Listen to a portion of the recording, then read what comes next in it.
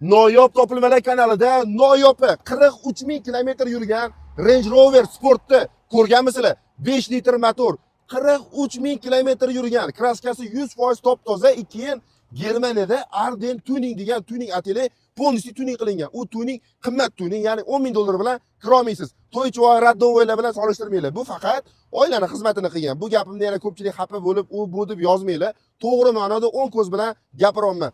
Mashinamizdagi qarang, hamma joy bokovoy, даже mana bu har xil joylarigacha, mana bu даже reshotkalarigacha karbon elementlari ishlatilgan. Original karbon fiber bo'ladi.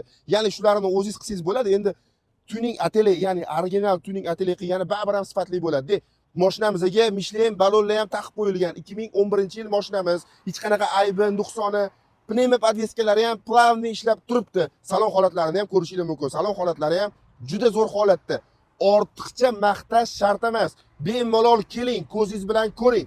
Mashinani narxi bilan qo'yibmiz. Aytganimcha, hozir men aytadigan narxga bu pulga men uni olaman, buni olaman, dom qurib yuboraman, uchastka qurib yuboraman desiz, oka, bu sizni shaxsiy ishingiz. Bu mashinani o'zini ishqibozmand odamlari bor. Mashinani narxi nech pul deb o'ylaysiz? Nech pul?